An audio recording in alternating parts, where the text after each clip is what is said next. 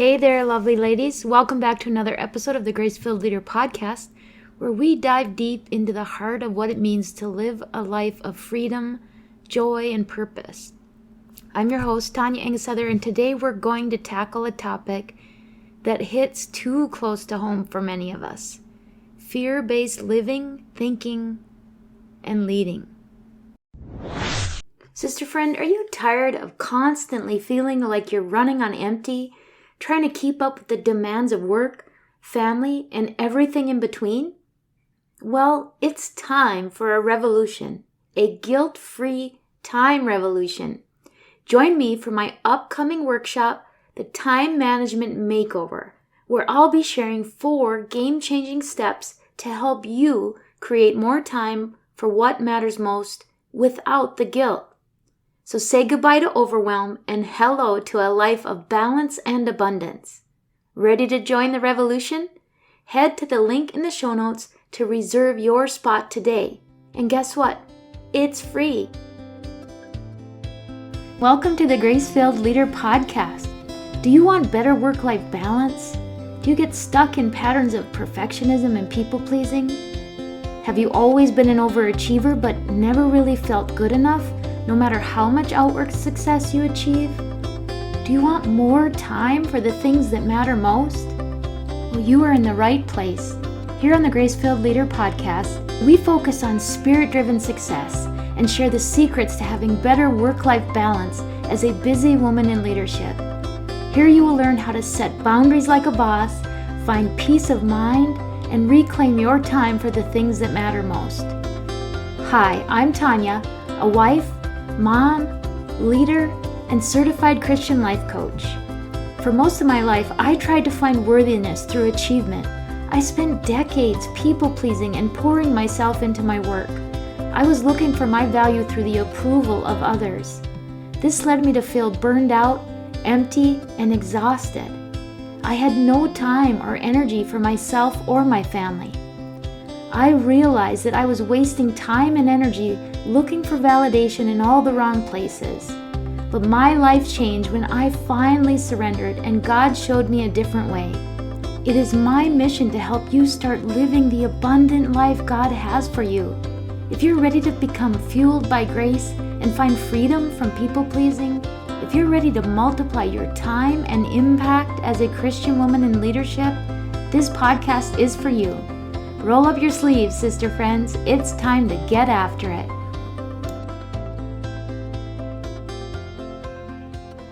You know, fear can be a sneaky little intruder in our lives, can it? It creeps in quietly, disguising itself as caution or concern, but before we know it, it's taken over our thoughts, our decisions, and even our relationships. Fear-based living is all about letting that anxiety, that need to control, dictate how we navigate through life. It's like being trapped in a never-ending cycle of what-ifs and worst-case scenarios. Picture this. You're standing at the edge of a cliff, peering into the unknown abyss below. That fluttering feeling in your stomach, that's fear. Fear-based living is like standing on the edge of that cliff every single day, paralyzed by the what-ifs and the maybes. It's living in a constant state of anticipation, waiting for the next shoe to drop. But here's the thing about fear. It's not always obvious. Sometimes it masquerades as practicality or responsibility. It whispers in our ears, telling us that if we just plan a little harder, if we just control a little more, then everything will be okay. But deep down, we know the truth. Fear is a liar. So how does fear show up in our lives? Well, it's different for each of us, but some common signs include that constant feeling of unease, that need to micromanage every aspect of our lives and even the way we interact with others, especially in our roles as parents or leaders. Have you ever found yourself trying to control every little detail, afraid that if you let go, everything will fall apart? Yeah, me too. And we talked about that in our episodes that preceded this one. Fear wears many masks, my friends, but its grip is unmistakable. It's that nagging voice in the back of your mind questioning every decision you make. It's the tightening in your chest when things don't go according to plan. And it's the walls we build around our hearts, convinced that vulnerability is synonymous with weakness. But here's the irony of fear-based living. The more we try to control, the more out of control we feel. It's a vicious cycle that leaves us exhausted and defeated, wondering if we'll ever find peace in the chaos. Here's the other thing about fear-based living. It doesn't just affect us. It seeps into every corner of our lives, wreaking havoc on our relationships and undermining our leadership. Think about it. When we're constantly operating from a place of fear, how can we expect to build trust with our teams or connect authentically with our loved ones? It's like trying to hold onto sand. It slips through our fingers no matter how tightly we grasp. Let's talk about relationships, should we? Whether it's with our spouses, our children, or our colleagues, fear has a way of poisoning the well of connection. It breeds mistrust, it stifles communication, and it leaves us feeling isolated in a big old sea of people. And as leaders, the weight of fear is even heavier. We strive to be pillars of strength, but behind closed doors, we're crumbling under the pressure to perform. We micromanage, we second guess, and we forget that true leadership is not about control. It is about empowerment and trust. But fear not, my friends, and yes, that pun was intended. There is hope, and there are steps we can take to break free from the chains of fear-based living, fear-based thinking, and fear-based leading. Here are a few practical tips to just get you started. First of all, identify your triggers. Take some time to reflect on what situations or thoughts trigger your fear response. Awareness is the first step toward change. Then name your fears. Take a moment to identify the specific fears that hold you captive. Write them down. Shine a light on them. And as you shine a light on them, watch as their power begins to diminish. You need to challenge your thoughts. When fear comes knocking, ask yourself, is this thought actually true? Is it helpful? Is it kind? More often than not, you'll find that fear is nothing more than a trickster, leading you astray. Here's a big one. You need to practice surrender. Learn to let go of the need to control everything.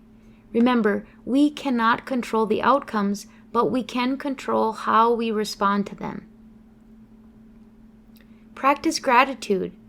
Cultivate a spirit of gratitude in your daily life, taking time each day to reflect on the blessings around you, no matter how small.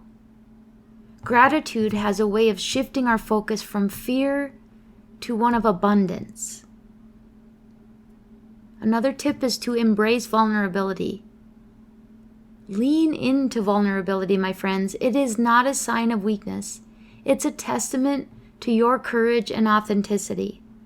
Share your struggles, your fears, and your victories with those you trust.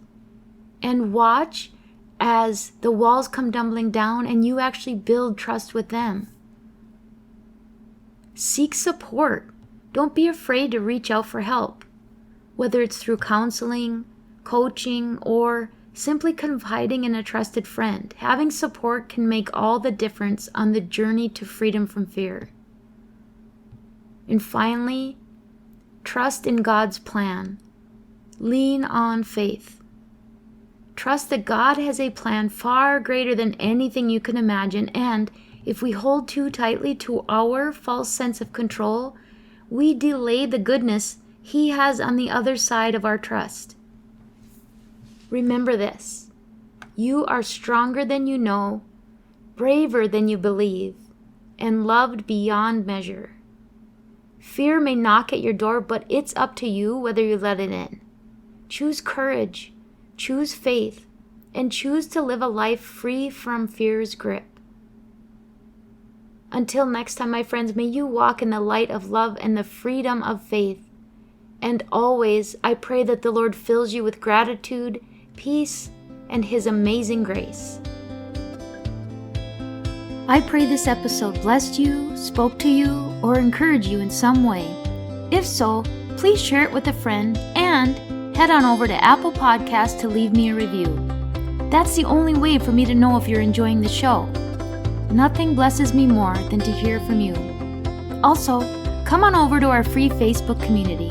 This is a great place for us to support one another on our faith and leadership journeys. You can find the link to the group in the show notes or go to gracefilledleader.com/community. If you have questions or content ideas for the show, please send me a message on SpeakPipe or via email. Go to gracefilledleader.com/contact and leave a written or voice recorded message. I would love to know how I can best serve you on the podcast. Now to Him who can do immeasurably more than we can ask or imagine, according to His power that is at work within us. Ephesians 3, verse 20. Until next time, my friends, God bless.